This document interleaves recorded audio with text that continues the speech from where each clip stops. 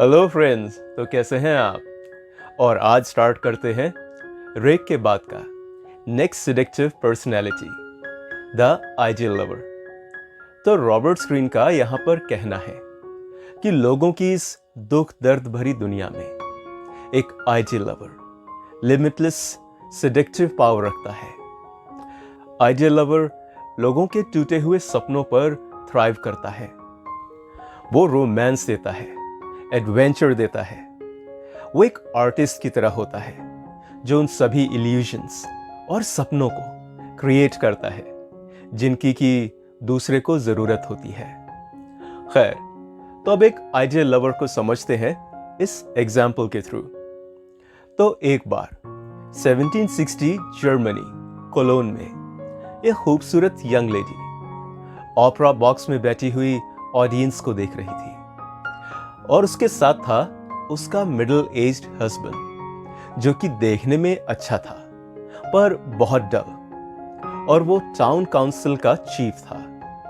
और वहीं उस ओपेरा बॉक्स से उस यंग लेडी ने एक हैंडसम आदमी को देखा जिसने की शानदार ड्रेस पहन रखी थी, और जल्दी ही उस आदमी ने भी इस यंग लेडी की नजर को नोटिस किया। खैर, तो ओपेरा खत्म होने के बाद वो हैंडसम आदमी उस लेडी के पास आया और खुद को इंट्रोड्यूस किया, और उसका नाम था जियोवानी जियाकोमो कैसानोवा। तो कैसानोवा ने लेडी के हाथ को किस किया। फिर थोड़ी बात होने के बाद लेडी ने उसको बताया कि वो कल बॉलरूम जा रही है, तो क्या वो भी उसे ज्वाइन करना चाहेगा। अगर मैं ऐसा सोचने की हिम्मत कर सकता हूं कि आप मेरे ही साथ डांस करेंगे, कैसानोवा ने जवाब दिया। और फिर दूसरी ही शाम बॉल के बाद वो लेडी कैसानोवा के सिवाय और कुछ भी नहीं सोच पा रही थी कि वो आखिर कितना प्लेजेंट पर साथ ही साथ कितना बोल्ड था। अब इसके बाद कुछ और दिन बीते और कैसानोवा को उनके घर पर डिनर का इनविटेशन मिला, और डिनर के कुछ टाइम के बाद उस यंग लेडी का हस्बैंड तो अपने कमरे में सोने चला गया, और वो यंग लेडी कैसानोवा को घर दिखाने के लिए कैसानोवा के साथ घूमने लगी, और अपना घर दिखाते हुए उसने ठीक अपनी खिड़की के बाहर दिखने वाले चैपल की ओर इशारा किया और बताया कि वो हमेशा इस चैपल में जाती है। और इस बात पर कैसानोवा ने जैसे कि उसका दिमाग पढ़ लिया हो, और दूसरे ही दिन कैसानोवा मैस को अटेंड करने के लिए चैपल में आया, और फिर उसी शाम वो फिर से उसे थिएटर में मिला।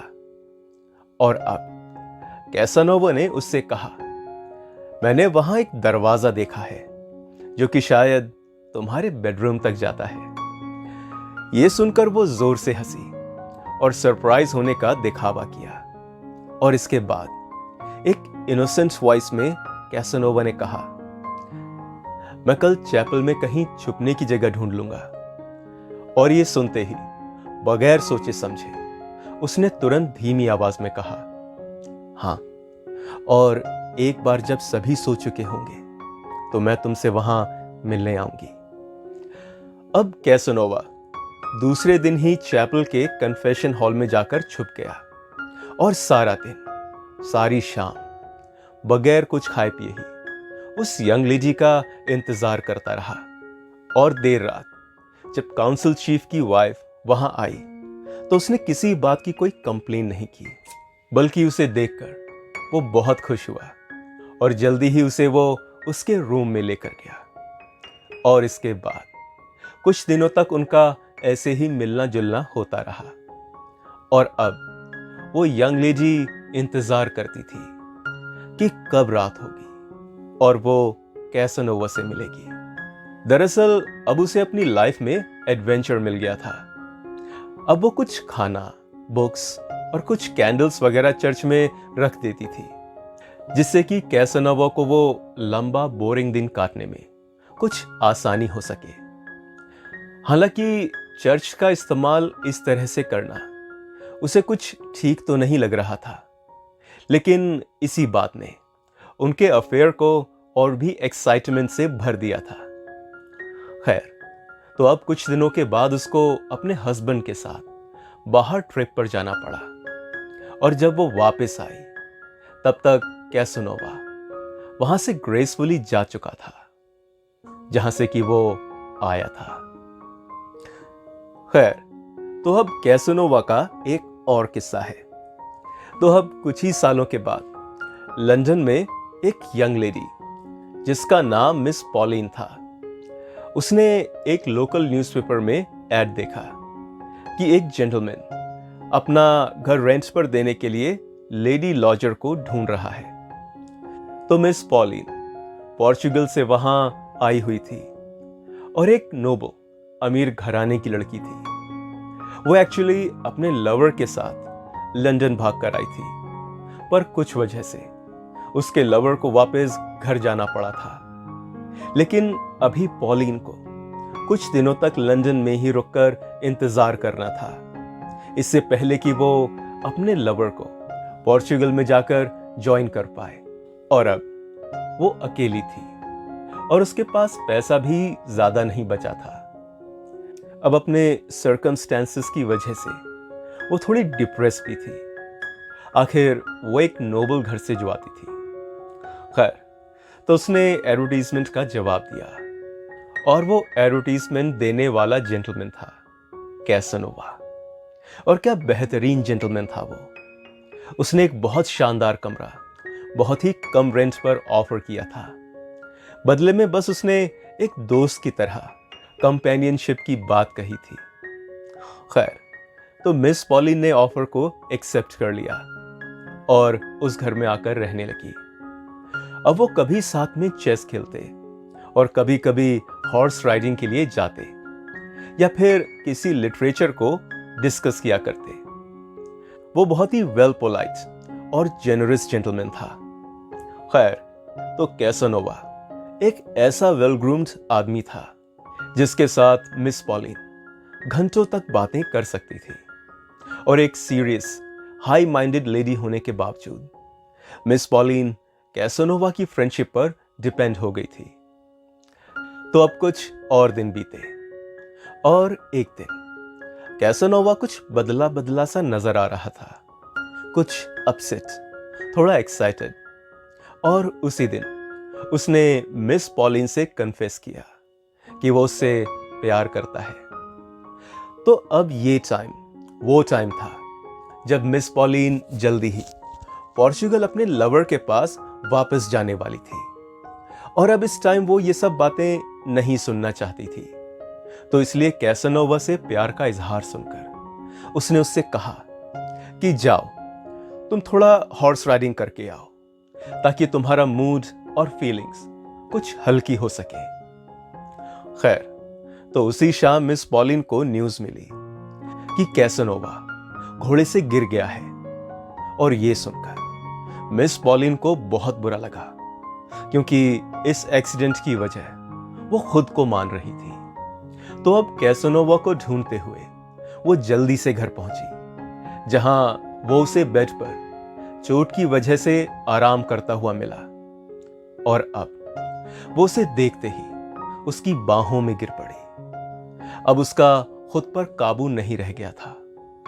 अब वो दोनों लवर्स बन गए थे और मिस पॉलिन के पोर्चुगल वापस जाने तक वो दोनों ऐसे ही रहे। और फिर जब कैसनोवा को छोड़कर पोर्चुगल वापस जाने का टाइम आया, तो कैसनोवा ने पॉलिन को रोकने की कोशिश नहीं की, बल्कि उसको रीजन दिया कि इस दौरान उन दोनों ने एक दूसरे का बहुत अच्छा साथ दिया है।